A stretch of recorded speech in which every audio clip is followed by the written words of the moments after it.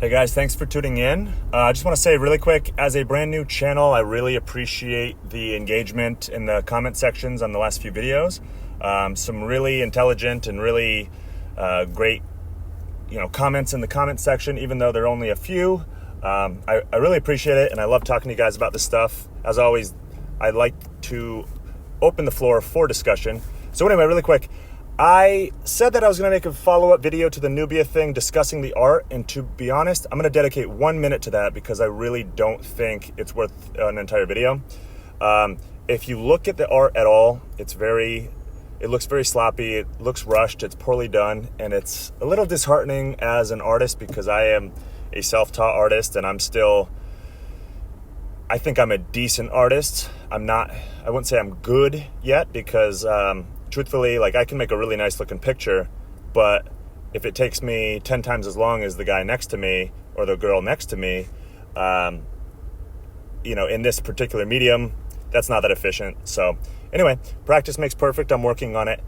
The Nubia art, somebody raised a point in another video I saw where they said, I don't know if the artist, Robin Smith, I believe is her name, they said, I don't know if Robin Smith was rushed or what was happening. So I looked at Robin Smith's work very briefly, and I went to her website, and to be honest, that's just kind of her style, I guess. And it's hard to judge somebody based on their art style because it's all, I'm into bodybuilding, and it's the same thing. Yeah, apples or oranges, what do you like? You get up on stage, and, it's all a preferential thing. Personally, I really don't like the art style. It looked very inconsistent where, in one scene, somebody's arms would be 2 feet long, and then the next scene, they're 4.5 feet long, and everybody just looked... The best looking character in the book was a male character, at least as far as they explained, but he was really pretty. He was prettier than all the female characters. They made the females look pretty wretched, especially Diana Prince, Wonder Woman. Anyway...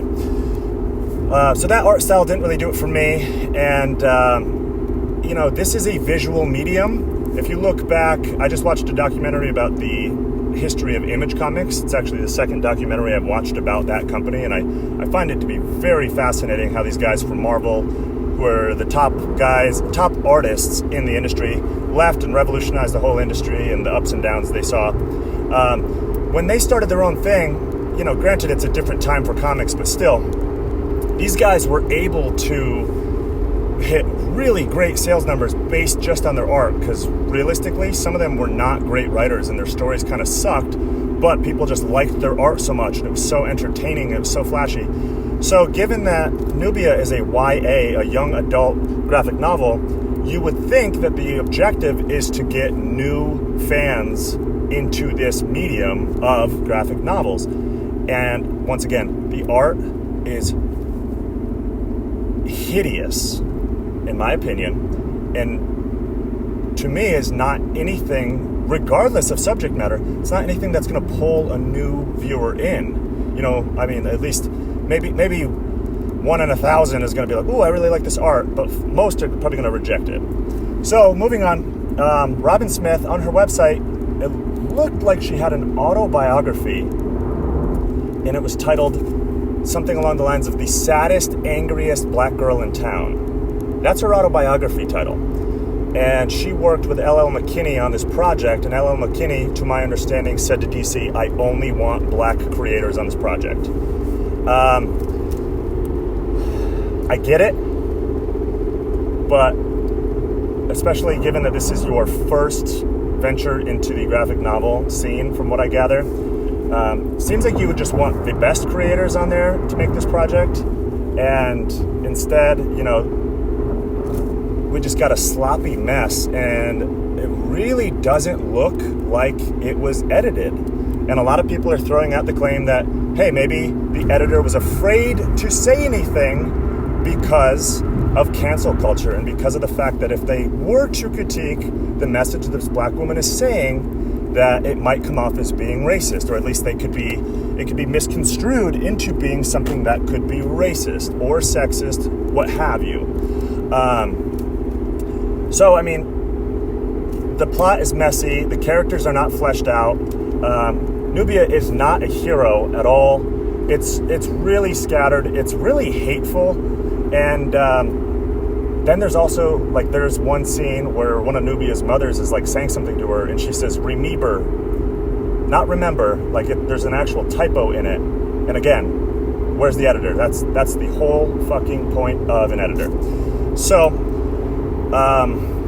writing is bad, the art is bad, and it seems like the reason these two collaborated is because, I don't know, they both seem like they have a grudge, like a really deep-seated grudge. And this, as one YouTube channel that I follow, and I really appreciate a lot of the stuff he says, he's very witty.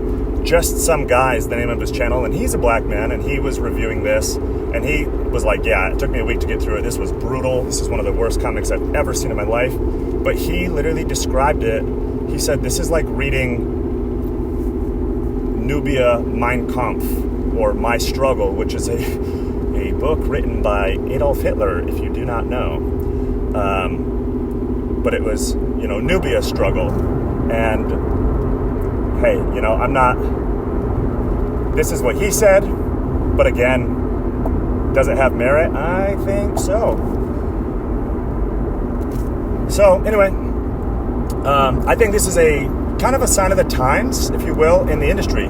It just goes to show that DC and Marvel, we saw this last year or 2 years ago, whatever it was, with Marvel's announcement of the new Warriors, which was really not focused on quality material. The art was subpar, the writing was atrocious, but at least as far as we saw, just from character descriptions, because guess what? It never actually launched. They didn't make this book because it had so much backlash.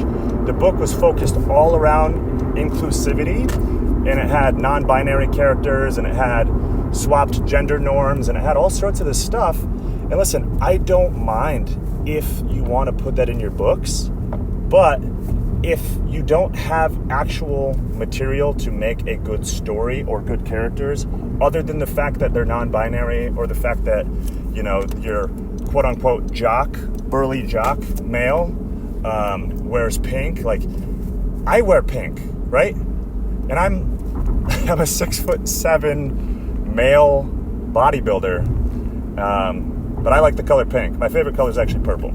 So it's like, you need more than, ooh, look, we're not conforming to the norm, or ooh, look, my character's non-binary.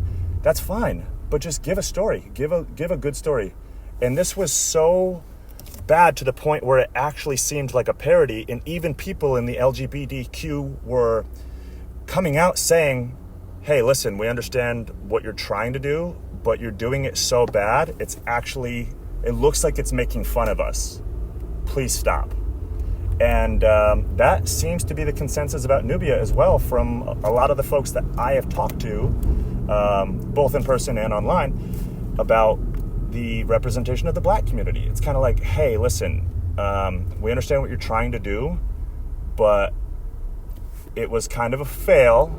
Your writing sucks, and your message is really hateful, and it looks like you're very spiteful, and please stop. But again, Marvel did not actually produce New Warriors. When the day came that it was supposed to be released, from what I gather, it was just kind of all over Amazon and other retailers saying out of stock, which means they never made it, which was probably a really great call.